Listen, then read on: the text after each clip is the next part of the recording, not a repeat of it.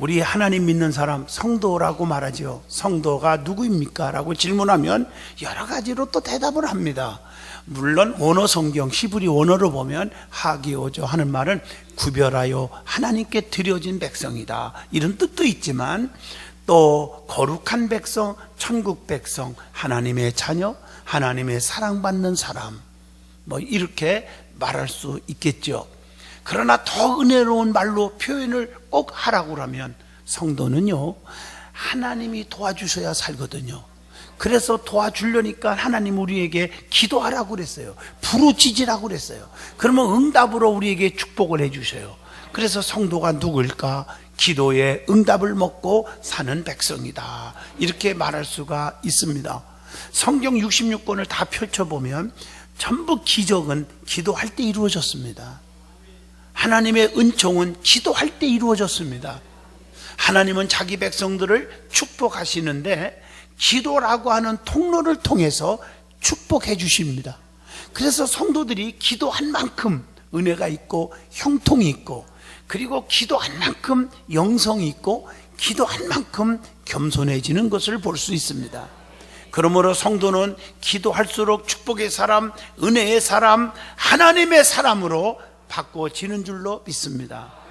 우리가 성경을 보면 한 세대 크게 쓰임받은 사람, 축복받은 사람들은 공통점이 있어요. 이 세상에서 성공하는 사람, 실패하는 사람 똑같이 공통점이 있어요. 틀림없이 거의 맞아요. 성공하는 사람은 입만 열으면 긍정적입니다. 적극적입니다. 그리고 소망적입니다. 그리고 남을 칭찬하기를 인색하지 않습니다. 남의 허물을 덮을 줄 압니다. 비판이 있을 수가 없습니다. 그런데 실패하는 사람들을 조사해 보면 정말 부정적입니다. 소극적입니다. 그리고 남을 비판하기를 아주 좋아합니다. 남을 높여줄 줄 모릅니다. 교만합니다. 절대 성공하는 사람이 거의 없습니다. 겉볼 때는 성공하는 척은 했어도 내면적으로 들어가 보면 전부 실패자들입니다. 여러분, 거의 맞습니다. 영적으로 딱 보면 성도들도 마찬가지입니다. 성도는 정말 공통점이 있어요. 축복받은 사람들의 공통점, 하나님 앞에 기도하는 사람들입니다.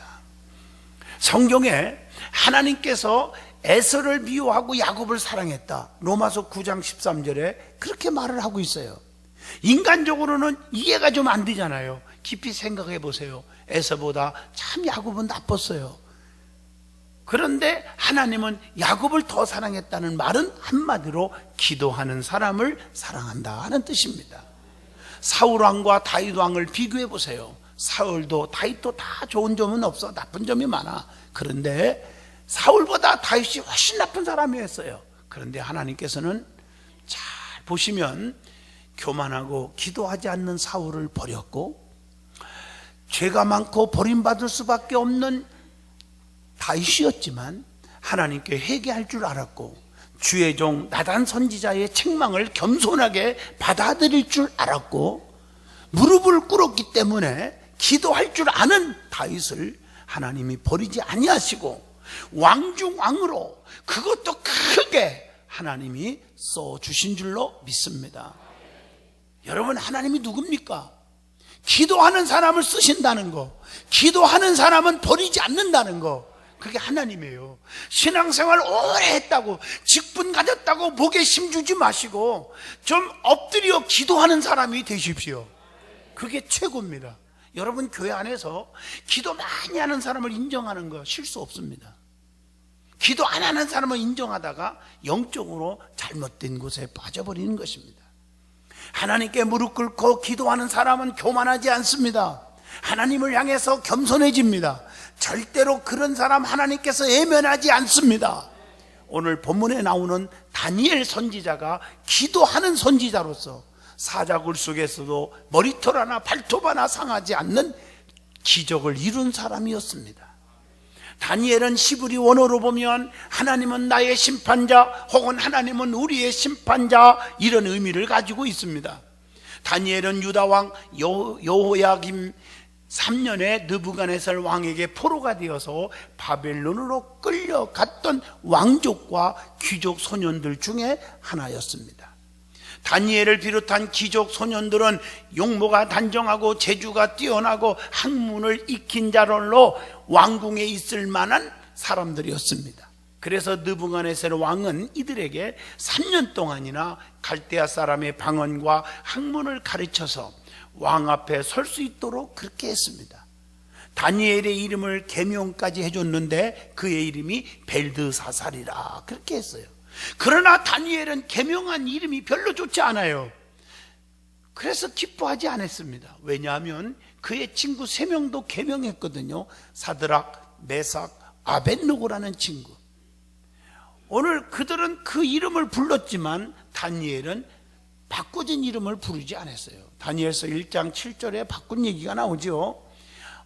어떻든 간에 다니엘은 하나님께서 사랑하는 선지자임에 틀림이 없습니다. 모든 것을 하나님의 관점에서 판단하고 하나님의 관점에서 살았거든요. 오늘 저와 여러분이 다니엘의 신앙과 다니엘의 기도를 살펴보면서 도전받기도 하시고 은혜 받는 여러분 되기를 축복합니다. 제일 먼저 다니엘의 신앙이 어떤 신앙이었는지, 왜 다니엘이 하나님 앞에 축복을 받았는지, 그 원인이 어디에 있었는지 그의 신앙을 본받으면 됩니다. 첫째, 자기를 성결케 하려고 힘썼던 사람입니다. 믿음의 사람은 영적으로나 육적으로나 자기를 성결케 하는데 힘써야 될 줄로 믿습니다. 다니엘은요, 뜻을 정하여 부정한 음식을 먹지 않았다고 다니엘서 1장 8절이나 다니엘서 10장 3절에 기록되어 있습니다. 다니엘은 부정한 음식을 먹지 않기로 뜻을 정했습니다. 아무리 맛있는 음식일지라도 하나님이 기뻐하지 않는 음식은 안 먹겠다 하고 결단을 내렸어요. 믿음의 사람에게 뜻을 정하는 믿음이 중요하다는 것입니다. 다니엘은요, 그런 믿음을 가졌단 말이에요. 어떤 유혹과 핍박의 환난이 와도 흔들리지 않는 거예요. 하나님을 떠나지 않아요. 하나님 곁을 안 떠나요. 교회를 안 떠나요. 여러분, 이게 참 중요하잖아요. 오늘 여러분들이 결단하는, 뜻을 정하는 자가 되기를 축복합니다. 환경에 지배받지 마세요. 사람 앞에 지배받고 움직여가지고 왔다 갔다 하지 마시고요. 한번 뜻을 정했으면 내 목에 칼이 들어와도 내가 주님 버리지 않는다. 우리 든든한 교회에 맡겨진 사명 감당하리라. 이래야 하나님이 끝까지 책임져 주는 거예요. 성경에 보면요, 뜻을 세움에 대한 구절들이 많이 기록되어 있어요. 자, 다니엘서 1장 8절 보면 성결한 삶을 위하여 뜻을 정했다. 또 열왕기상 14장 13절 보면 하나님을 향하여 선한 뜻을 품어야 한다. 또 신명기 11장 18절에 보면 주의 말씀을 마음과 뜻에 두라고 말씀하고 있어요. 역대상 28장 9절 보면 하나님은 깊은 뜻으로 섬기라. 또 마태복음 22장 37절 보면 뜻을 다해서, 성품을 다해서, 목숨을 다해서 하나님을 사랑하라, 이렇게 말하고 있습니다. 역대하 15장 15절에 보면 뜻을 다해서 하나님을 찾으라, 그러면 하나님께서 평안을 주신다 그랬습니다. 역대하 6장 38절에 보면요, 온 뜻으로 주께 돌아오라고 말씀하고 계십니다. 시편 24편 4절에 보면요, 뜻을 허탄한 데 두지 말아야 한다, 이렇게 가르쳐주고 있습니다. 빌립보 1장 27절 보면 한 뜻으로 복음의 신앙을 위하여 협력하라고 말씀합니다. 로마서 15장 5절로 6절 보면 성도 간의 뜻을 같이 하여 하나가 되어서 하나님께 영광을 돌려야 된다고 했습니다.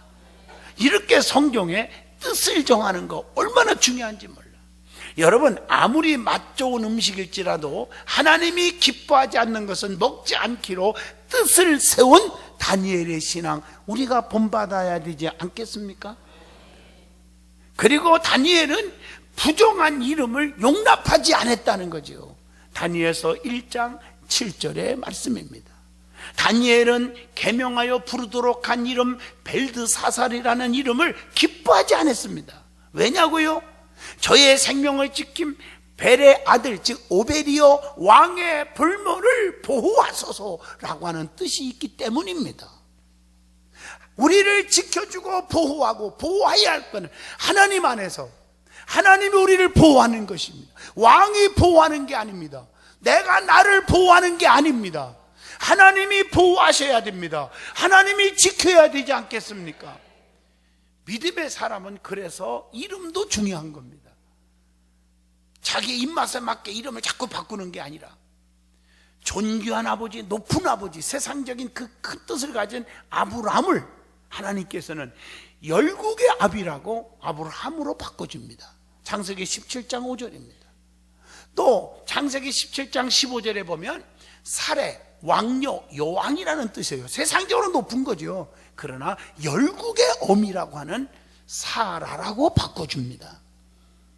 요한복음 1장 42절 보면 시몬을 게바, 즉 베드로라고 바꿔주고 있습니다. 사도행전 13장 9절 보면 사울을 사도 바울로 바꿔놓습니다. 여러분 참 중요한 거죠. 다니엘은 그리고 항상 결백한 생활을 했어요. 다니엘서 6장 4절을 보면 나옵니다. 기도하고 하나님을 섬기는 다니엘이기에 하나님께서 왕을 통해 다니엘을 높이게 했는데, 여러분 그 당시에 지방장관 방백이라고 부릅니다. 120명을 다스리는 총리 3명이 있었는데 그 중에서 수석 총리로 높여줬습니다.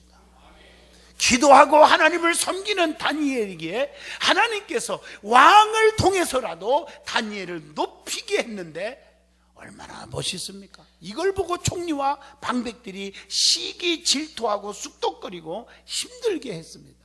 그래서 다니엘을 어떻게 저걸 제거시킬까 하고 질투하여 허물을 찾았지만 허물을 볼 수가 없었어요. 그만큼 다니엘의 삶이 얼마나 결백한 삶이었는지를 알 수가 있습니다. 믿음의 사람들은 하나님 앞에 그리고 세상에서도 떳떳한 삶을 살아가시기를 축복합니다. 두 번째, 다니엘의 신앙은, 다니엘은 뜻을 정하고 꾸준히 기도하는 사람이었습니다. 다니엘서 2장 17절, 18절, 19절에 보면 위기를 당해도 친구들과 함께 기도했습니다.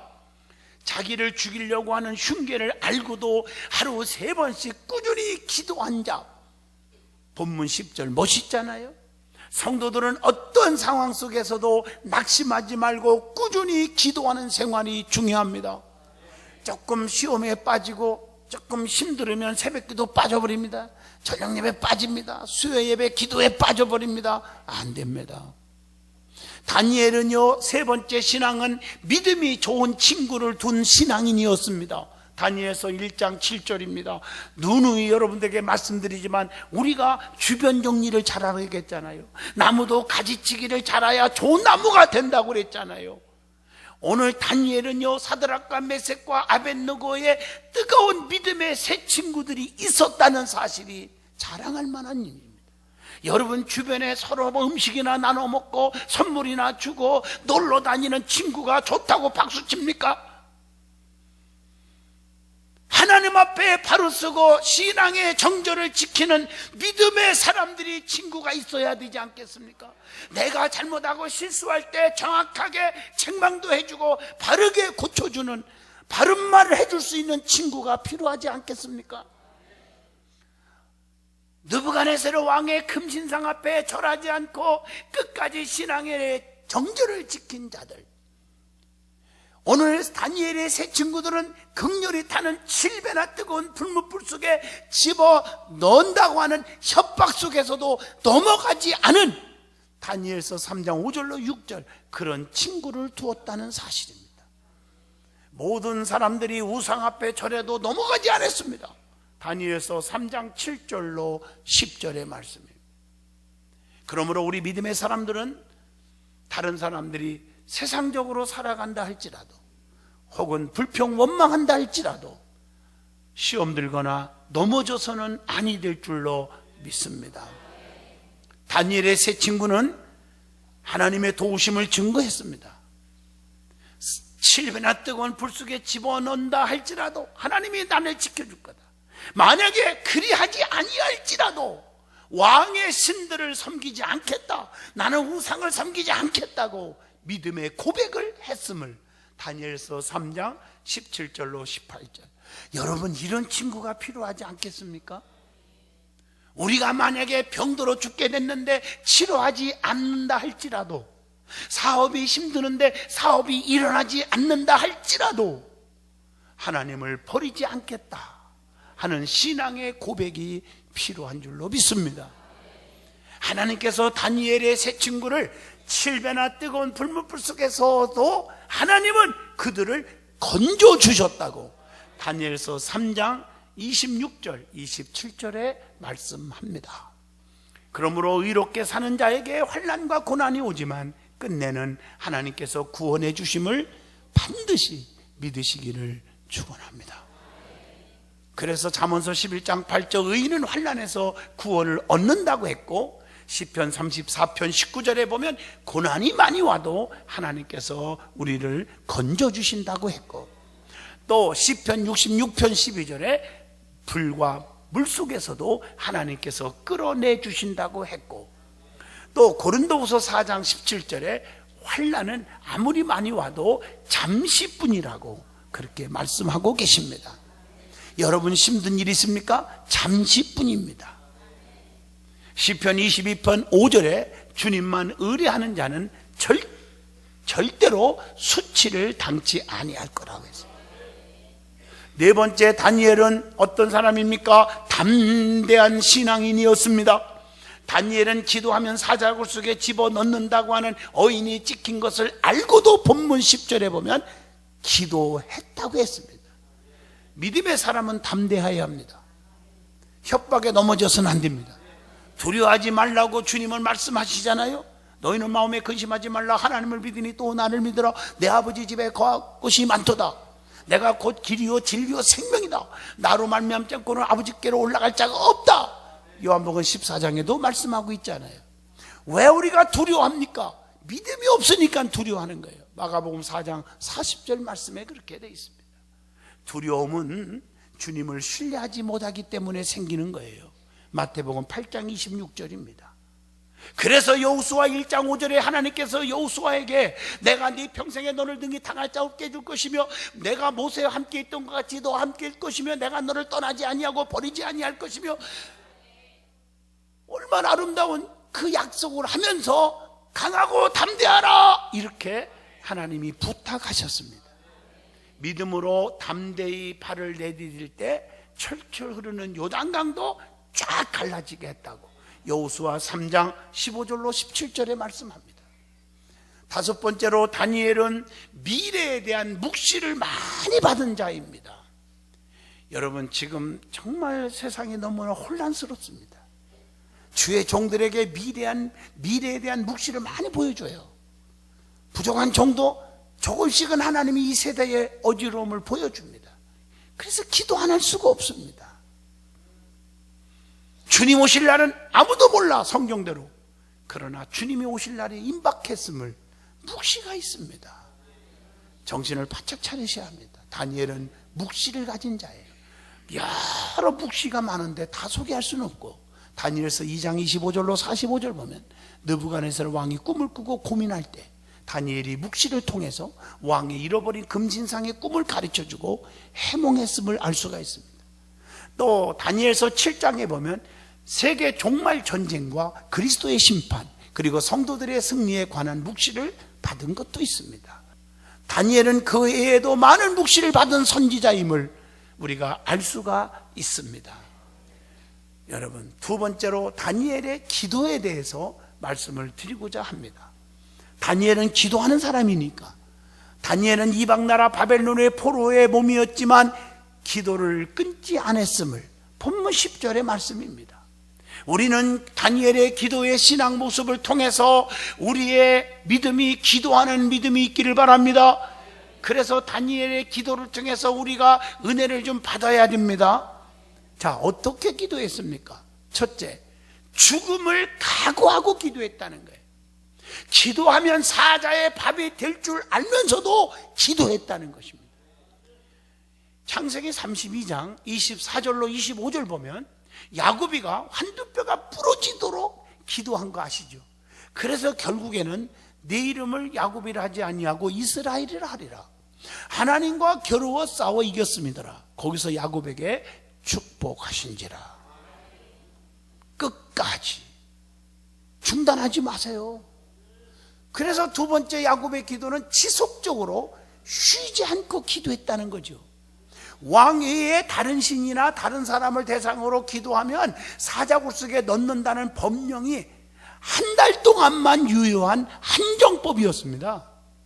그러니까 인간적으로 생각하면 정말 한 달간만 기도 않고 쉬면 그게 넘어가겠지, 그 다음부터 기도하지 뭘, 내가 뭐 한 달 못 참고 계속 기도하다가 사자의 밥이 될 이유가 있나, 이러지 않았다는 것입니다. 오늘날 여러분들이 힘들 때 11조 몇 달만 좀 떼어먹으면 되지 않겠나, 주일에 한 번 짚어먹으면 되지 않겠는가, 기도가 좀 중단하면 어때? 그것이 문제입니다. 중단하지 않는 믿음. 기도는 영혼의 호흡이기 때문에 쉬는 것은 죽는 것과 같다는 것이죠. 세 번째, 다니엘의 기도는 창문을 열어놓고 기도했다. 창문을 열어놓고 예루살렘 성전을 향하여 기도했습니다. 도둑놈처럼 숨어서 비굴하게 하지 않고 떳떳하게 담대하게 기도했다는 것입니다. 기도는 부끄러운 게 아니잖아요. 어떤 분들은 기도하라 그러면 목사님 맨날 기도만 하라고 그래, 밥 먹을 때도 하고 잘 때도 기도하고 다 했는데, 그 진짜 기도하는가를 봤어. 식당에서 밥 먹을 때 기도한대. 그래서 내가 한 10m 멀리서 겪는 줄로 봤어. 저 사람은 기도하나 안 하나 했더니 하는 것 같기는 하는데, 딱 밥 차려놓고 사람들 보나 안 보나 딱딱딱 보더니 안 볼 때 잽싸게 끝났어요. 아버지 안녕 했나 봐요. 그걸 기도했대요. 기도가 참 부끄러운가 보죠. 그러니 하나님 기브 앤드 테이크니까 너 나 부끄러워하는구나, 나도 너 부끄럽다, 그럼 끝나는 겁니다. 그거. 어떤 사람은요, 교회 오다가 뭐 이렇게 들고 오니까 그게 뭐냐, 성경책인데, 그런 거 있어. 어디 가냐, 그런 데 간다. 한번 생각해 보세요.